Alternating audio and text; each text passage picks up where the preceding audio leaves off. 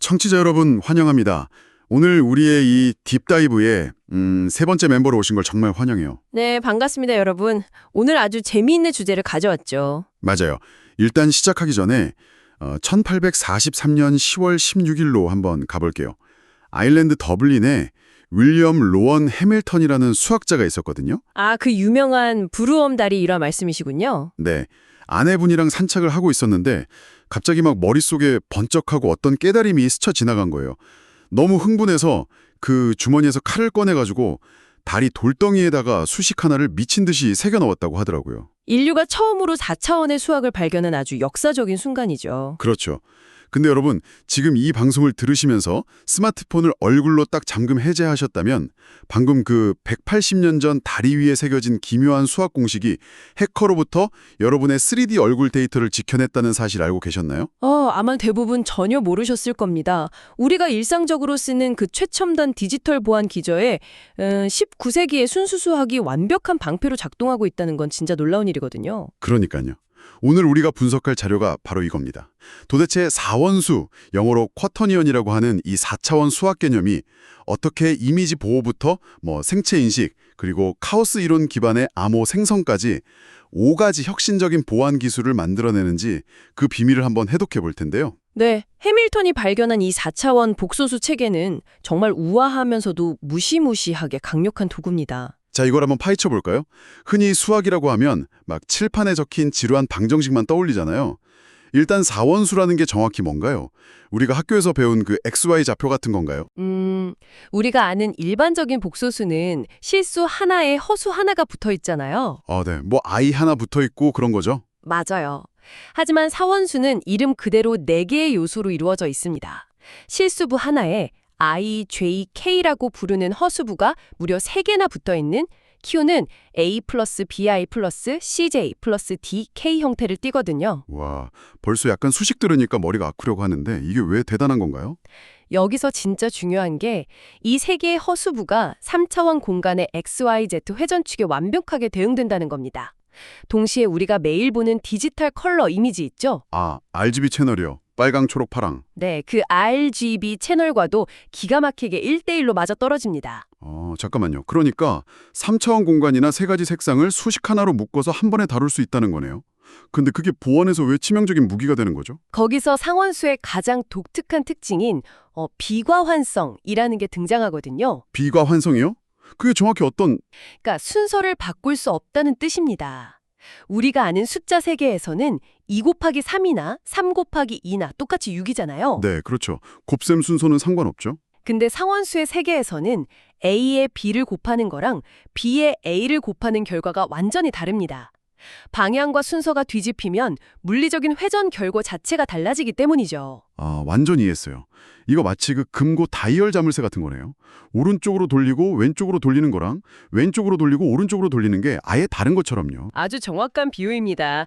해커가 막 무차별 대입 공격을 하려고 해도 단순히 숫자만 알아내면 되는 게 아니라 어느 방향으로 어떤 순서로 연산이 들어갔는지 시간적 순서까지 완벽하게 맞춰야 한다는 뜻이죠. 와, 재료만 안다고 요리가 되는 게 아니라 재료 넣는 순서까지 알아야 하는 거군요. 그럼 이게 실제로 시각정보 보호에 어떻게 쓰이는지 첫 번째 기술부터 볼까요? 디지털 워터마킹에 이 4원수 풀이의 변환, QFT를 쓴다고 자료에 나오던데요. 네, 흔히 사진 저작권 보호할 때 쓰는 워터마크 기술이죠. 기존에는 빨강, 초록, 파랑 채널에 워터마크를 넣을 때 각각 따로따로 계산해서 넣었단 말이죠. 그러면 4원수를 쓰면 RGB를 아까 말한 그 허수부 IJK에 하나씩 매칭해서 거대한 덩어리 하나로 묶어버리는 거네요. 맞습니다. 그러면 약간 기존 방식이 3명의 댄서가 각자 따로따로 춤을 추는 거라면 이 4원수 방식은 댄서 3명이 서로 손을 꽉 잡고 완벽하게 싱크로나이즈드 안무를 하는 거랑 똑같지 않나요? 와, 표현이 너무 좋은데요. 완벽히 그렇습니다. 각 채널을 따로 다루면 필연적으로 문제가 생겨요. 해커가 이미지를 압축하거나 노이즈를 섞으면 따로 놀던 채널들 밸런스가 무너지면서 사진 색상이 끔찍하게 왜곡되거든요. 댄서들이 각자 넘어지는 거군요. 그렇죠. 하지만 사원수로 손을 꽉 잡게 만들면 컬러 이미지 고유의 구조 정보랑 채널 간 비율이 수학적으로 단단하게 고정됩니다. JPEG 같은 강한 압축이나 블러링 공격이 들어와도 워터마크가 살아남죠. 오, 화질 열화도 없겠네요. 근데 이 두 번째 기술인 사원수 이미지 암호화를 보니까 좀 궁금한 게 생겼어요. 원본 픽셀 양옆에 사원수 키를 곱하는 샌드위치 구조를 쓰던데 솔직히 우리한테 그 전 세계 표준인 AES-S 같은 강력한 암호화가 있잖아요. 굳이 이렇게 복잡한 4차원 복소수까지 끌어와야 하나요? 아주 중요한 질문을 던지셨네요. 왜 굳이 사원수인가? 그의 답은 효율성의 극대화에 있습니다.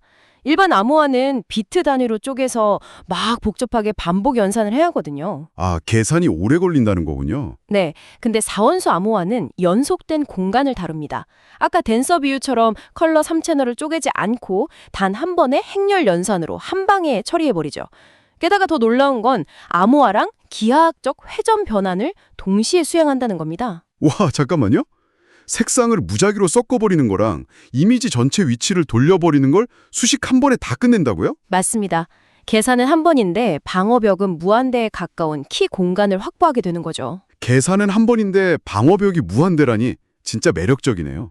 자, 근데 이렇게 금고를 튼튼하게 만드는 것도 좋은데 만약 누군가 그 금고의 존재 자체를 눈치채는 것만으로도 위협해지면 어떨까요? 거실 한가운데 금고가 덩그러니 놓여 있으면 타깃이 되기 쉽죠. 그렇죠.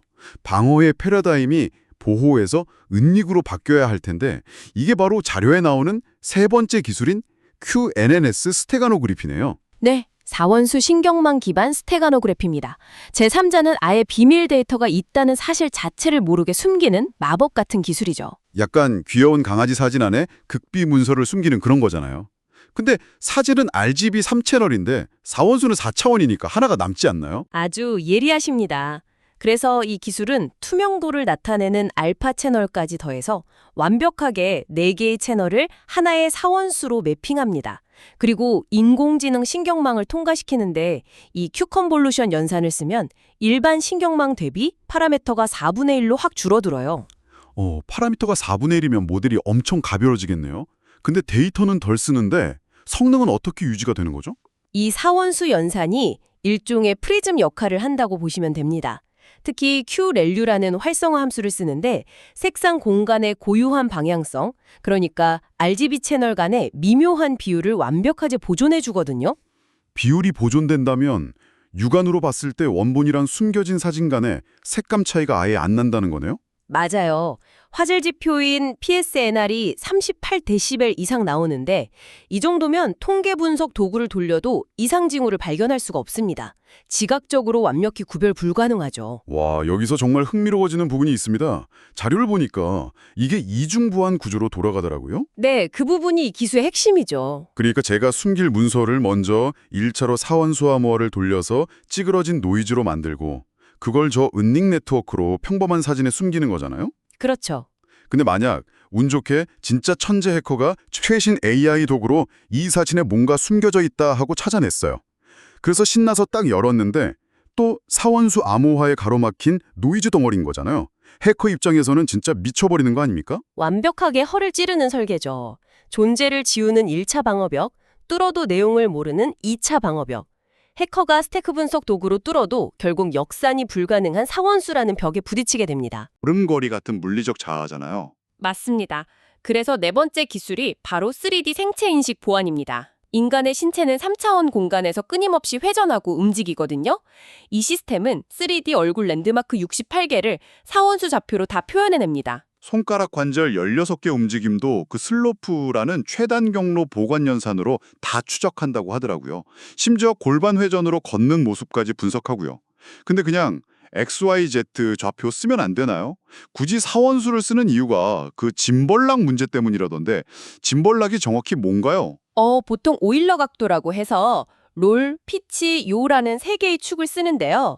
이 축들 중에 2개가 우연히 같은 선상으로 일치하게 딱 겹쳐버리는 순간이 생겨요. 아, 그거 마치 3D 로봇팔 관절 2개가 일직선으로 겹쳐가지고 특정 방향으로 안 접히고 꼼짝 못하고 고장나는 딱 그 상황인 거죠. 네, 정말 완벽한 비유입니다. 회전 자유도를 잃어버리는 현상이죠. 얼굴 인식을 하다가 특정 각도로 틀어졌을 때 시스템이 먹통이 될 수 있다는 뜻입니다. 하지만 사원수를 쓰면 수학적으로 이 짐벌락 현상이 일어날 공간 자체가 존재하지 않아요. 오, 겹칠 일이 아예 없군요.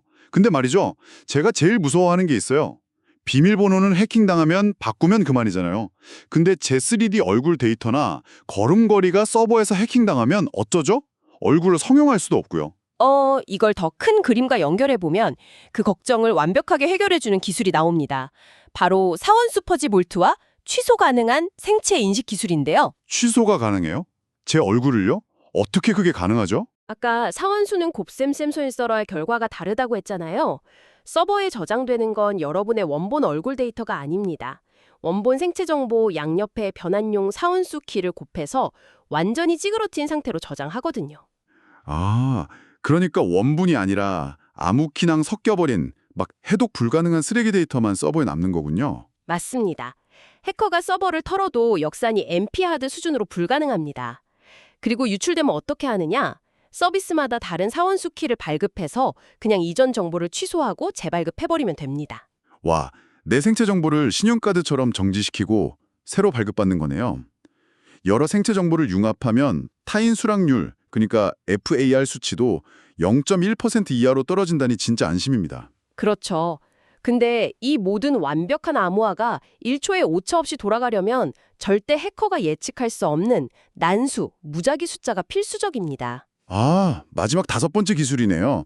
사원수, 카오스, PRNG. 카오스 이론이면 제가 또 아는데 그 나비 효과잖아요. 네, 기존 1차원 구조의 한계를 넘어서 4차원 상태 공간에서 카오스 이론을 적용한 거죠. 초기 시드값이 단 10의 마이너스 15승만 달라도 결과가 완전히 달라진다는 그 엄청난 민감성이요. 자료 보니까 이게 이중 카오스 구조로 쓴다던데. 맞습니다. 사원수 로지스틱 맵이랑 뉴턴 프랙탈 맵 두 개를 병렬로 운용해서 보안 강도를 제곱으로 높이는 거죠. 잠깐만요. 아무리 병렬이고 복잡해도 컴퓨터는 결국 정해진 규칙대로 계산하잖아요. 슈퍼컴퓨터로 시드값을 무차별 대입, 브루트 포스 해버리면 언젠가는 패턴을 찾아서 뚫리는 거 아닌가요? 논리적인 의문이네요. 근데 리아프노프 지수라고 해서 카오스 강도를 재는 지표가 있는데요. 4차원 공간에서는 이 양수 지수가 많아서 극도로 강한 카오스 상태가 됩니다. 128비트 시드만 써도 키 공간이 2의 80승 이상이거든요. 2의 80승이면 감이 잘 안 오는데 무차별 대입하면 얼마나 걸리나요? 슈퍼컴퓨터로 돌려도 대략 10의 12승년, 그러니까 1조 년이 걸립니다. 1조 년이요? 해커가 아무리 오래 살아도 못 풀겠네요. 이 생성기에서 나온 키스트림으로 스트리밍 영상이나 IoT 기기도 지연 없이 바로 암호화가 된다고 하니까 완벽하네요. 그럼 이 시스템은 단점이 아예 없는 건가요? 객관적으로 한계점이 하나 있습니다. 바로 부동소수점 정밀도 문제라는 건데요. 아, 기계마다 소수점 계산하는 방식이 다르다는 건가요? 바로 그겁니다. 플랫폼이나 칩셋마다 미세한 오차가 발생해서 전혀 다른 난수를 뿜어내게 되는 거죠. 그래서 상용화를 위해서는 이걸 고정소수점 산술 방식으로 최적화하는 과정이 꼭 필요합니다. 야, 완벽한 수학도 물리적인 한계를 넘어야 한다는 게 참 흥미롭네요. 이게 우리에게 어떤 의미일까요? 19세기에 발명된 이 4차원 복소수라는 순수 수학이 21세기의 우리의 디지털 삶을 완벽하게 보호하는 방패가 되었다는 사실이 참 놀랍습니다. 네. 그래서 마지막으로 논의된 자료를 바탕으로 우리 청취자 여러분께 조금 도발적인 생각거리를 하나 던져드리고 싶습니다. 오, 어떤 거죠? 만약 근미래에 우리의 얼굴 표정, 손짓, 심지어 무의식적인 걸음걸이까지 모든 신체 움직임이 사원수 기반 시퀀스로 변환되어서 메타버스 같은 3D 공간에 실시간 동기화된다면 어떨까요? 그럼 비밀번호 같은 거 아예 안 외워도 되는 완전 편한 세상이잖아요. 표면적으로는 그렇죠. 하지만 뒤집어 생각하면 현실 세계에서의 사소한 몸짓 하나하나가 나를 특정하고 추적할 수 있는 거대한 해독 가능한 암호 데이터로 전락하는 건 아닐까요? 당신의 다음 발걸음은 단순한 움직임입니까? 아니면 세상에 흩뿌려지는 암호 키스트림입니까? 와, 진짜 소름 돋는 질문이네요. 내가 무심코 걷는 궤적 전체가 살아있는 암호 데이터가 된다니. 오늘 이 딥다이브를 통해서 여러분도 기술을 바라보는 완전히 새로운 시각을 얻으셨길 바랍니다. 여러분의 끊임없는 호기심이 우리를 더 기쁜 세계로 안내하니까요. 오늘의 딥다이브는 여기서 활기차게 마무리하겠습니다. 함께해 주셔서 감사합니다. 네, 다음 시간에 뵙겠습니다. 감사합니다.